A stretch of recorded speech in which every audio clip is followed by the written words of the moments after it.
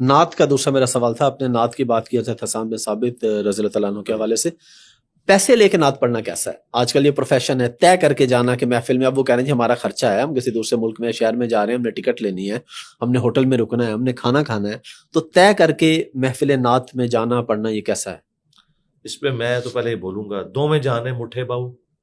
ایک طرف آ کے تم لوگ اشعار میں یہ کہتے ہو کہ ہم جو ہے وہ اللہ کے نبی کے عاشق ہیں اور ان کے دین کی خدمت کر رہے ہیں، اور دوسری طرف یہ بھی کلیم کرتے ہو کیا صحابہ کرام اہل بیت نے اس طریقے سے نعتیں پڑھی ہیں کہ انہوں نے پہلے ڈیمانڈ رکھی کہ اتنے پیسے مجھے دو، اتنا میرا ہوٹل کا خرچہ دو، یہ سب کچھ. دوسری چیز یہ ہے کہ اگر کوئی کسی نعت خان کو بلاتا ہے، وہ اپنی حیثیت کے مطابق بلا رہا ہے نا، تو وہ اگر آپ کو آنے جانے کا خرچہ دے دے ایک جو نارمل، یعنی یہ نعت خان کیا جب یہ اپنا سفر کرتے ہیں تو یہ جہاز میں سفر کرتے ہیں یا ٹرین پہ جاتے ہیں؟ تو بس ٹھیک ہے، ٹرین کا ٹکٹ مل جائے کراچی سے اسلام آباد کا، ٹھیک ہے. جہاز میں کیوں آتے ہیں؟ کیا یہ اپنی فیملی کے ساتھ جاتے ہیں تو یہ 5 اسٹار ہوٹلز میں ٹھہرتے ہیں؟ نہیں.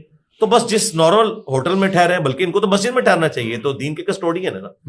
تو یہ سب کا سب ایک کاروباری سلسلہ ہے. دیکھیں مفتی منیب الرحمان صاحب تو بہت سخت خلاف بولے، جی انہوں نے، اور مفتی اکمل صاحب بھی بولے، اور اسی وجہ سے باقی اگر کوئی ایک خدمت کے طور پہ دینا چاہتا ہے اپنی مرضی سے، وہ ٹھیک ہے. لیکن یہ طے والا جو معاملہ ہے نا، یہ بہت زیادہ خطرناک ہے. انہوں تو باقاعدہ سیکٹری رکھے ہوئے ہیں، اور اگر تھوڑا سا ریٹ کم زیادہ ہو جائے تو یہ تو بات ہی نہیں کرتے، اور پھر وہاں بھی جا کے ناراض ہوتے ہیں کہ جی ہم اتنا ٹائم تھا، ہم نے تو اگلی محفل میں جانا ہے. تو پھر اس چیز کو کیوں اویل کر رہے ہو کہ ہم دین کی خدمت کر رہے ہیں؟ کہو کہ ہم اسی سنگر کی طرح ہیں جو ناچ گانے کے پیسے لیتا ہے، ہم نعت کے لیتے ہیں، اور اس کے گیس ہم نے دنیا ہی میں اللہ سے لے لیا ہے، آخرت میں یا اللہ ہمیں نعت کے بس کوئی اجر نہیں چاہیے. تو میں ان کی تعریف کروں گا، لیکن یہ اپنی آخرت بھی اسی سے بنائے بیٹھے میں، تو دو میں جہاں نہیں مٹھے باؤ نہیں ہو سکتی کہ دونوں جہاں آپ کے مٹھی میں ہو، ایک ہوگا، جو بھی چوز کریں. سبسسٹنس لیول کے اوپر آپ لائف گزاریں، بالکل ٹھیک ہے. خلفائے راشدین کی تنخواہ بھی بیت المال سے جاتی تھی، لیکن سبسسٹنس لیول کے اوپر نبی علیہ السلام نے بھی اپنی گزر بسر سبسسٹنس لیول کے اوپر کی ہے. آپ تو سمجھ لیں بیت المال آپ کے انڈر تھا، مال غنیمت میں 5واں حصہ اللہ نے رکھ دیا خمس کی شکل میں قرآن میں سورۃ الانفال میں. اس کے باوجود نبی علیہ السلام کی وفات تک یہ حالت ہے کہ بخاری مسلم میں حدیث ہے، ام عائشہ کہتی ہیں کہ ہمارے گھر میں بعض اوقات 1 مہینہ، بعض اوقات 2 مہینے، 3 مہینے تک بھی جو ہے وہ چولہا نہیں جلتا تھا، 2 کالی چیزوں کے اوپر گزارا ہوتا تھا، ایک کھجور اور ایک پانی. تو یہ حدیثیں تو پھر یہ ہیں جو دین سے کھائیں گے پھر وہ اس طرح کھائیں گے، وہ پھر ڈاکٹر اسرار والی زندگی گزاریں گے.